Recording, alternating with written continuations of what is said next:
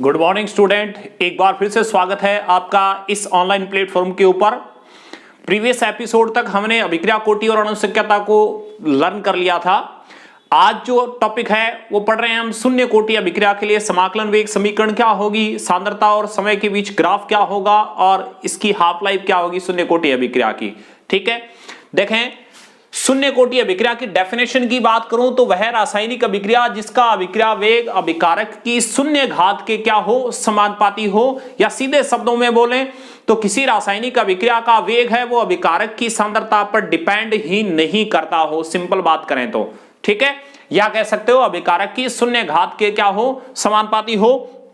देखें मान ले माना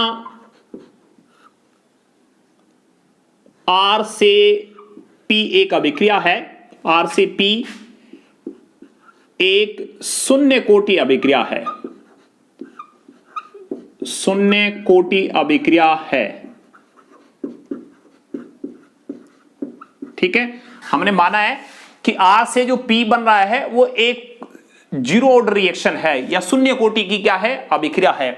अब आपके पास अगर ये अभिक्रिया है, इस अभिक्रिया की वेग समीकरण बनानी हो तो हम इस टाइप से बनाएंगे, R बराबर K R की पावर। देखो डेफिनेशन ये कहती है कि वह रासायनिक अभिक्रिया जिसका अभिक्रिया वेग अभिकारक की शून्य घात के क्या हो, समानुपाती। तो अभिकारक कौन है, R, इसकी शून्य घात के समानुपाती का मतलब ये, एक तरह से मैं ये कह सकता हूं वेग, तो ये वेग समीकरण तो ये बनेगी, हालांकि ये वेग ही है एक तरह से अभिक्रिया का। एक हमने स्टोक्योमेट्री के पदों में पढ़ा था सेकंड एपिसोड के अंदर कि स्टोक्योमेट्री के पदों में अगर इस अभिक्रिया के वेग को देखना हो तो मैं कुछ इस टाइप से देखूंगा, dr बटे dt माइनस, ये किसके इक्वल होगा, ये r के बराबर था। यानी r बराबर फॉर्मूला वहां था रस समीकरण मिति के पदों में, इस r को लेकर लिखेंगे तो अभिकारक की सांद्रता में समय के साथ कहने का मतलब कमी होती है, तो इसलिए वहां नेगेटिव साइन यूज कर रहे हैं। तो ये भी r के बराबर, ये भी क्या है, r के बराबर। इस टर्म को r के बराबर हमने लिख रखा है, इस टर्म को भी r के बराबर लिख रखा है। दोनों को कंबाइंड करके मैं कुछ इस टाइप से लिख सकता हूं, लेकिन दोनों को मिटा दें। मिटाने के बाद कुछ इस टाइप से लिखा जा सकता है कि dr बटे dt माइनस समानुपाती होगा r की पावर 0। ठीक है, ये जो लिखा है वेग ही है एक तरह से r।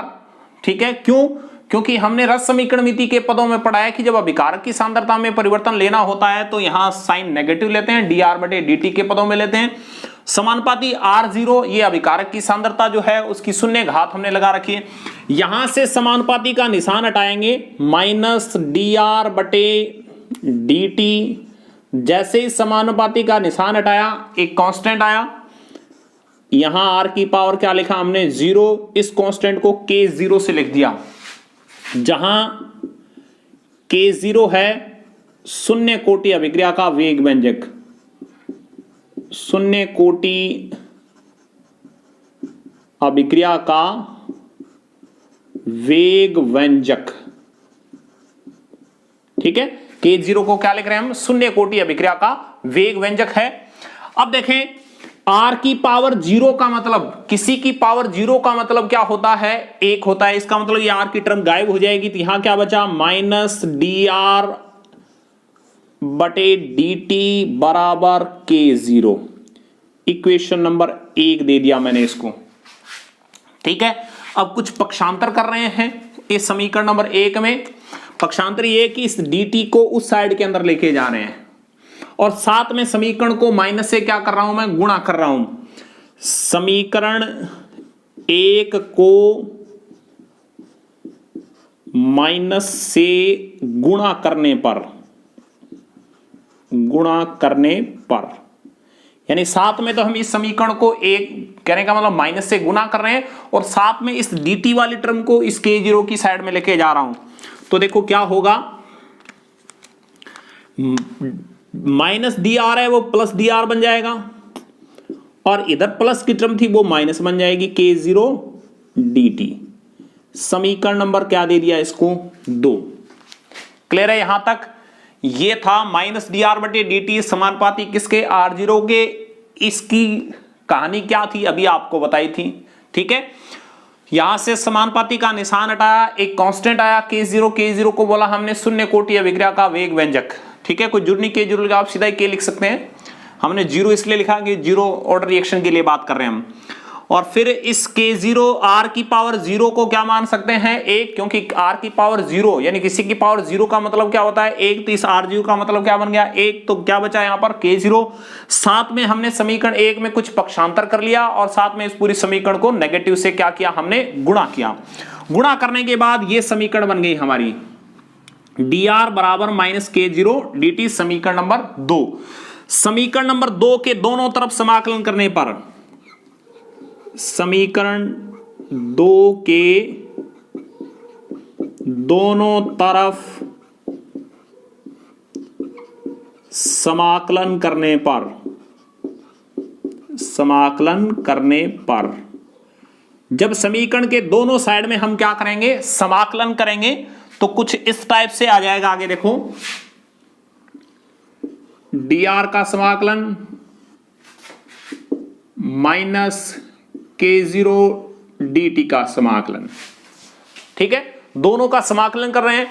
समाकलन करेंगे तो dr का समाकलन मैथमेटिकल के अंदर क्या होता है r होता है। अगर यहां dx होता तो समाकलन x होता, dy होता तो समाकलन y होता, और d अगर p होता तो समाकलन p होता। ठीक है, तो यहां dr है तो dr का समाकलन क्या होता है r होता है। देखें माइनस का माइनस चिन्ह आ गया। K0 एक कांस्टेंट है, कांस्टेंट का कोई समाकलन नहीं होता, K0 का K0 आ जाएगा एज इट इज। ठीक है, जैसे यहां dr का समाकलन r आया था उसी तरह dt का समाकलन क्या आ जाएगा t आ जाएगा। तो ये क्या बन जाएगा kt प्लस में एक टर्म और लगा रहा हूं मैं i। यहां कुछ किताबों में या कुछ बुक्स के अंदर i भी मिल सकता है, कुछ बुक्स के अंदर आपको c भी मिल सकता है। ये i क्या चीज है, ये i है भी समाकलन कांस्टेंट, समाकलन नियतांक। जब भी किसी टर्म्स का हम समाकलन करते हैं तो ये कांस्टेंट आता है, चाहे वो i के पदों में लिखें उसको, चाहे वो c के पदों में लिखें। ठीक है, अब देखें ये समीकरण नंबर हमारी बन गई 3, समीकरण नंबर 3।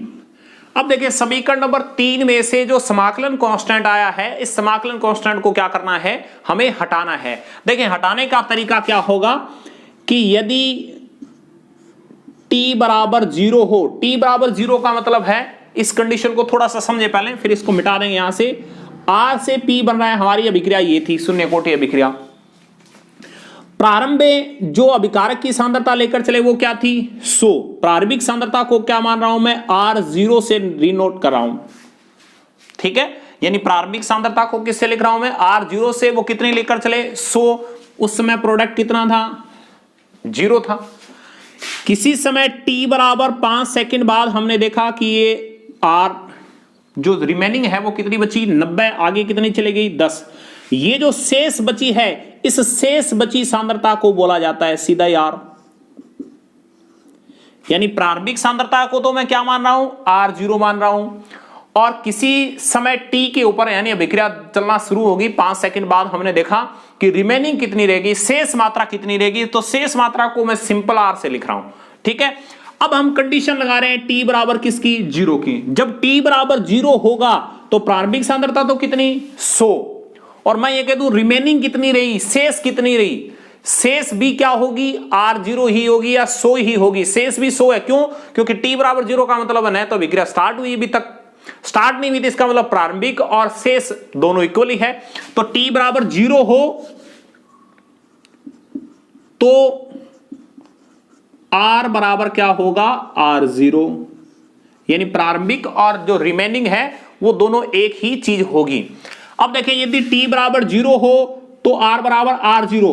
R क्या चीज है, R है किसी समय पर या किसी समय t पर अभिकारक की शेष मात्रा, अभिकारक की शेष मात्रा यानी शेष कितनी रहेगी वो है। ठीक है, अगर बात करें R0 की, R0 है अभिकारक की प्रारंभिक सांद्रता, अभिकारक की प्रारंभिक सांद्रता, यानी प्रारंभ में कितना लेकर चले थे वो R0, किसी समय t के बाद कितना बचा वो क्या है हमारा R होगा। ठीक है, अब देखिए t बराबर 0, इस समीकरण 3 में t बराबर 0 रख दें और r बराबर R0, इस r की जगह क्या रख सकता हूं मैं, R0 रख सकता हूं, बराबर माइनस k0 इंटू टी की जगह क्या रख सकता हूं, 0, क्योंकि t बराबर 0 लिया हमने, प्लस क्या हो गया i। क्लियर है यहां तक? अब देखें ये पूरी टर्म 0 हो चुकी है, क्लियर है? ये टर्म 0 होने के बाद इधर क्या बचा, केवल i बचा है, यानी i बराबर क्या है, R0। i का मान समीकरण 3 में रखने पर, समीकरण 3 में रखने पर, जब i का मान समीकरण 3 में रखेंगे तो देखें i का मान यहां रखा जाएगा तो समीकरण बन जाएगी r बराबर माइनस k0 t प्लस में R0। समीकरण नंबर 4, इस समीकरण नंबर 4 को ही बोला जाता है शून्य कोटि अभिक्रिया की समाकलित वेग समीकरण, शून्य कोटि अभिक्रिया की समाकलन वेग समीकरण। अब देखिए इसमें कुछ मैं पक्षांतर कर रहा हूं, एग्जाम के जो अंदर जो न्यूमेरिकल आते हैं उनके पॉइंट ऑफ व्यू से हम इसको थोड़ा सा आगे पीछे कर रहे हैं।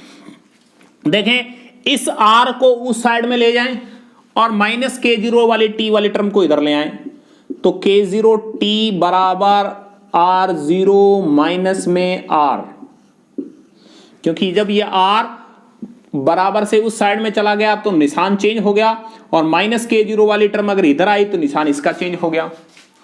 यहां से k0 बराबर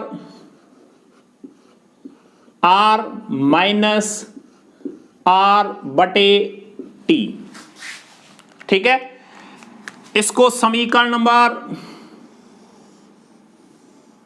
5, इसको समीकरण नंबर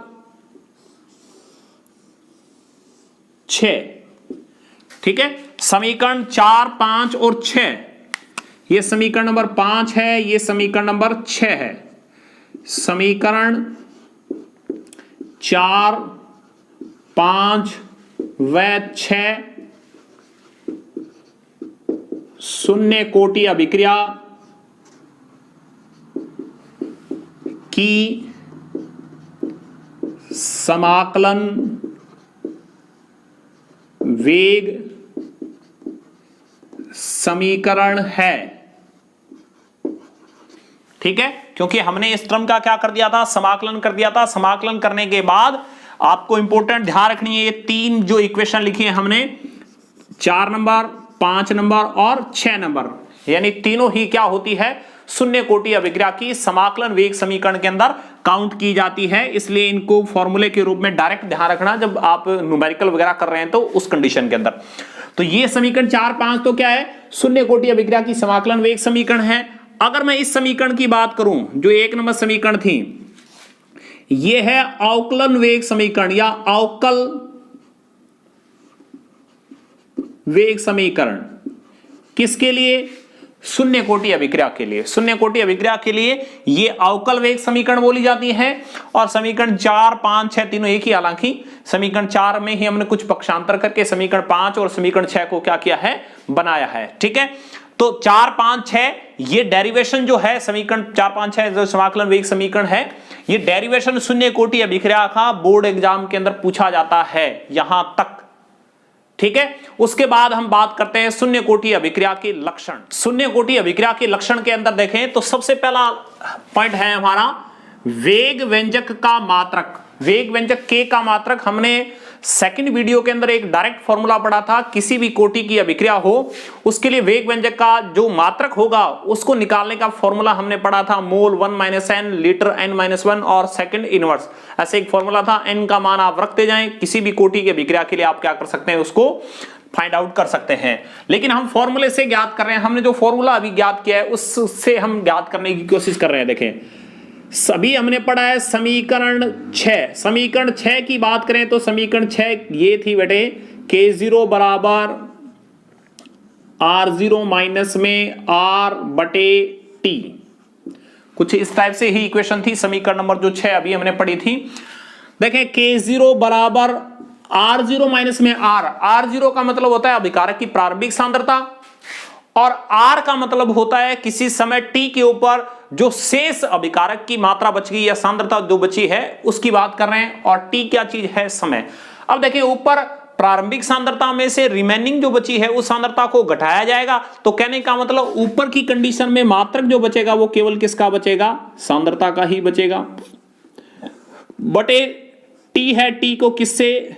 समय के लिए, समय से। ठीक है, तो K0 बराबर सांद्रता का मात्रक लिख रहे हैं हम यहां पर मोल पर लीटर। पहले एपिसोड में बता दिया था कि वेग या वेग व्यंजक जो भी हम सांद्रता लेंगे यहां पर वो मोल पर लीटर के पदों में ही लेंगे। समय को किस में लेना है? सेकंड के अंदर लेना है।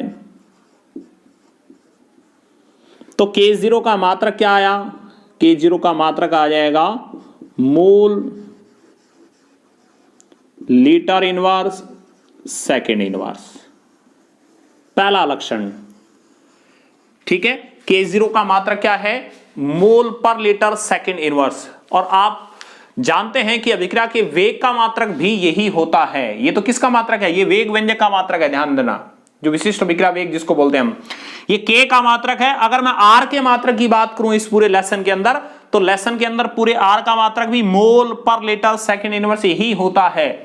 तो कई बार जनरल क्वेश्चन पूछ ले कि वह किस कोटि की अभिक्रिया होगी जिसके लिए वेग व्यंजक का मात्रक और अभिक्रिया के वेग का मात्रक दोनों कॉमन ही होते हैं, दोनों एक जैसे ही होते हैं, तो वो अभिक्रिया कौन सी होगी? शून्य कोटि अभिक्रिया। या पूछ ले शून्य कोटि अभिक्रिया के लिए वेग और विशिष्ट अभिक्रिया वेग दोनों के मात्रक लिखिए, तो मात्रक दोनों के एक जैसे ही होते हैं। जो अभिक्रिया वेग का मात्रक है वही क्या है? विशिष्ट अभिक्रिया वेग का मात्रक होगा। ठीक है, पहला पॉइंट क्लियर है। दूसरा पॉइंट देखें, सांद्रता और समय के बीच ग्राफ। सांद्रता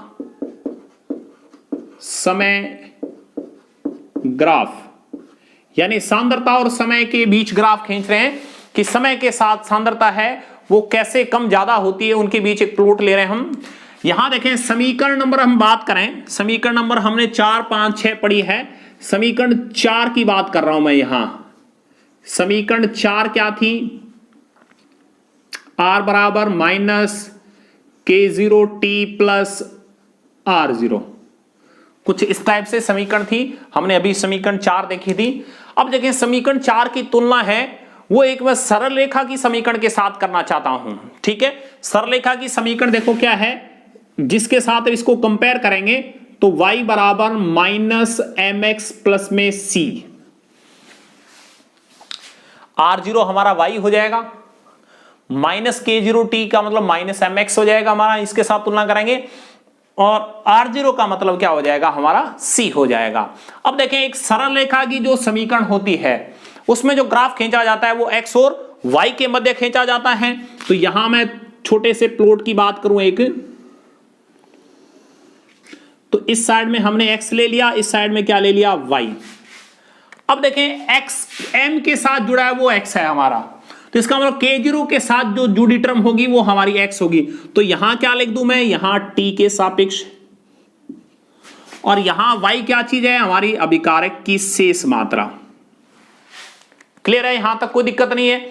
अब देखें समीकरण में ये जो ढाल लिखी लिखी है माइनस m लिखा रखा है, ये माइनस m ये कह रहा है कि ग्राफ आएगा तो चलो ये सरलरेखा की समीकरण है, सीधा ही आना है, चाहे ऊपर जाए चाहे नीचे जाए कैसे जाए सीधा जाना है। लेकिन ये माइनस m ये कह रहा है कि उस प्लॉट की, उस ग्राफ की ढाल है वो नीचे की तरफ होगी, डाउन की तरफ जाएगी, क्योंकि माइनस m होगा तो वो नीचे की तरफ जाएगी, प्लस m होगा तो वो ग्राफ ऊपर की तरफ जाएगा। ठीक है, इसका मतलब है, ये बात ध्यान रखें कि माइनस होगा तो इसका मतलब होगा ग्राफ नीचे की तरफ जाएगा।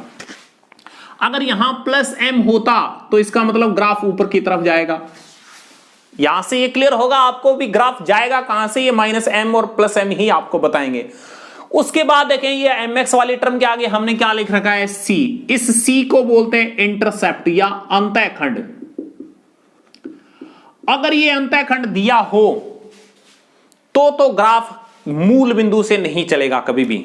यानी इस मूल बिंदु से, जिसको हम 0 मानते हैं, इस मूल बिंदु से ग्राफ कभी भी स्टार्ट नहीं होगा। यानी ये आपके स्टार्टअप पॉइंट को बताएगा इंटरसेप्ट जो होता है। अगर मान लो इंटरसेप्ट नहीं है, प्लस में सी कुछ टर्म नहीं लिखा है, y बराबर mx लिखा है सीधा ही, इसका मतलब ग्राफ मूल बिंदु से स्टार्ट होना है। मूल बिंदु से स्टार्ट होना है, जाना कहां है वो अलग बात है, ठीक है। वो तो डिपेंड करेगा किसके ऊपर, -m, यानी ऊपर जाना है या फिर नीचे आना है। तो यहां इंटरसेप्ट क्या बताएगा कि वो ग्राफ मूल बिंदु से चलेगा या नहीं चलेगा। यहां इंटरसेप्ट है, इसका मतलब ग्राफ मूल बिंदु से नहीं चलेगा।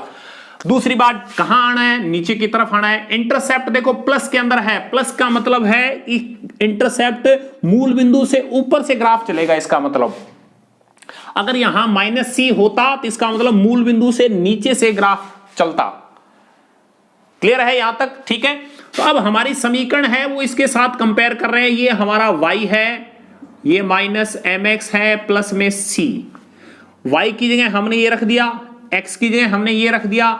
-k0 ये बता रहा है कि ढाल है वो नीचे की तरफ है ग्राफ की। अब ढाल नीचे की तरफ है और r0 ये बता रहा है कि इंटरसेप्ट है। तो इंटरसेप्ट की कंडीशन में देखें, मैं कह सकता हूं ग्राफ कुछ इस टाइप से है। मूल बिंदु से इतना ऊपर से चला है, जितने ऊपर से चला है, यानी यहां से लेकर यहां तक की जो रेखा है वो क्या है, हमारी r0 है। यानी अभिकारक की प्रारंभिक सांद्रता है जो हमारा इंटरसेप्ट होगा, जो कि हमारा यहां c होगा। क्लियर है। ये जो ग्राफ है, इस ग्राफ की जो ढाल होगी वो ढाल हमें पता है माइनस, क्योंकि नीचे की तरफ जा रहा है, और k0। क्लियर है। लैंग्वेज लिखेंगे तो समीकरण 4 हमारी यही है, समीकरण r बराबर -k0t प्लस में r, जो कि एक सरल रेखा की समीकरण है। जब ग्राफ r और t के मध्य आलेखित किया जाता है, यानी खींचा जाता है, किसके बीच, r और t के बीच, किसको देखकर, समीकरण 4 को देखकर, r और t के मध्य जब ग्राफ को आलेखित किया जाता है तो हमें एक सरल रेखा प्राप्त होती है। उस सरल रेखा के अंदर अंतःखंड है वो क्या मिलता है हमें, r0, और ढाल है वो क्या मिलती है इस ग्राफ की, -k0। इसको क्या बोलेंगे, अंतःखंड, इंटरसेप्ट। क्लियर है, ठीक है। तो सांद्रता और समय के बीच ग्राफ किसमें, शून्य कोटि अभिक्रिया के समाकलन वेग समीकरण से हमने सांद्रता और समय के बीच ग्राफ को क्या किया है, यहां बनाया है। इस टाइप से ग्राफ बनेगा सांद्रता और समय। जैसे जैसे समय बढ़ता जाएगा वैसे वैसे अभिकारक की सांद्रता समय के साथ एक निश्चित वे से क्या होती जाएगी, कम होती जाएगी। क्लियर है, यहां तक कोई दिक्कत नहीं है, ठीक है। इस ग्राफ के फंडे को आपको समझना होगा, क्योंकि इस लेसन के अंदर 4-5 ग्राफ ऐसे आएंगे कि कब आपको मूल बिंदु से चलाना है, कब मूल बिंदु के नीचे से चलाना है, कब मूल बिंदु के ऊपर से चलाना है, ठीक है। इस चीज को समझ गए होंगे कि -m और +m तो इस चीज को बता रहा है कि ग्राफ है वो ऊपर से चल के आएगा या नीचे से चलेगा, कहने का मतलब, ठीक है। और c बताएगा कि ग्राफ है वो मूल बिंदु से चलेगा या नहीं चलेगा। अगर प्लस में c है तो ग्राफ मूल बिंदु से ऊपर की तरफ से चलेगा, ये ऊपर से चला है। अब जाने को ऊपर भी जा सकता था और वो नीचे भी जा सकता। ऊपर तो तब जा सकता था जब ये +m होता, यानी हमारी टर्म में यहां माइनस ना होकर प्लस होता, तो ये ग्राफ यहां से ही ऊपर जाता सीधा। क्लियर है। और यहां अगर -c होता, -c का मतलब है ग्राफ मूल बिंदु से नीचे से चला गया। ये मूल बिंदु है, इस मूल बिंदु के नीचे से चलने का मतलब है कुछ इस टाइप से, यानी इसको मूल बिंदु बनाया तो मान लो यहां से चला है। अब जाना ऊपर की तरफ है या यहां से भी नीचे की तरफ जाना है, वो डिपेंड किस पे करता है, +m और -m। अगर -m है तो ग्राफ यहां से ऐसे नीचे डाउन की तरफ जाता, अगर यहां +m होता तो ग्राफ यहां से ऊपर की तरफ आता। क्लियर है। ये चीजें आप मैथ में पढ़ चुके हैं अगर मैथ के आप स्टूडेंट हैं तो ये 2 पॉइंट हो गए। एक तो वेग व्यंजक का मात्रक क्या है, मोल पर लीटर सेकंड इनवर्स, और सांद्रता और समय के बीच ग्राफ कुछ इस टाइप से खींचना है। लैंग्वेज में कुछ इस टाइप से लिखेंगे कि समीकरण 4 में r और t के मध्य ग्राफ आलेखित करने पर हमें एक सरल रेखा प्राप्त होती है। उस सरल रेखा का अंतःखंड क्या होगा, r0, और ढाल क्या प्राप्त होती है, -k0। नेक्स्ट तीसरा पॉइंट देखें, अर्धायुकाल। तीसरा पॉइंट है अर्धायुकाल। अर्धायुकाल का मतलब क्या होता है कि कोई भी अभिक्रिया है, उस अभिक्रिया को 50% कंप्लीट होने में कितना टाइम लगा, चाहे वो शून्य कोटि अभिक्रिया हो, चाहे वो प्रथम कोटि अभिक्रिया हो, चाहे वो द्वितीय कोटि अभिक्रिया हो। तो किसी अभिक्रिया को 50% कंप्लीट होने में कितना समय लगता है, उस अभिक्रिया को, उस चीज को हम क्या बोलेंगे, उस अभिक्रिया का अर्धायुकाल। या ऐसी डेफिनेशन भी दे सकते हैं कि वह समय जिसमें अभिकारक की आधी मात्रा है वो किस में कन्वर्ट हो जाए, उत्पाद में। कहने का मतलब अभिकारक हम 100 लेकर चले तो 100 में से 50 आगे प्रोडक्ट में बदलने के टाइम कितना समय लगा था, ठीक है, यानी 100 में से 50 आगे जाने में कितना समय लगा था, वो समय ही क्या कहलाएगा, उस अभिक्रिया का अर्धायुकाल। ठीक है, हाफ लाइफ का मतलब होता है किसी अभिक्रिया को 50% कंप्लीट होने में कितना समय लगा था, वही उस अभिक्रिया का क्या है, अर्धायुकाल है। मान लो, माना T1/2 पर अभिकारक की 50% मात्रा शेष रहती है,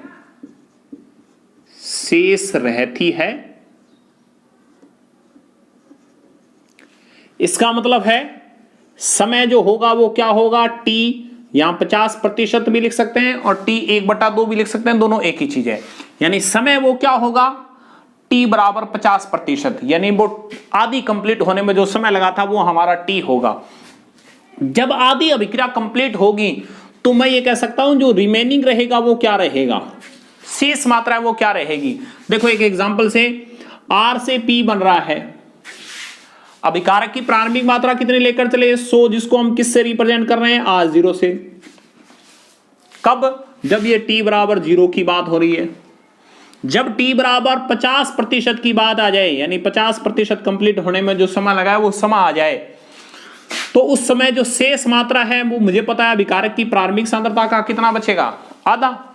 ठीक है, और यहां क्या 0 और यहां क्या 50।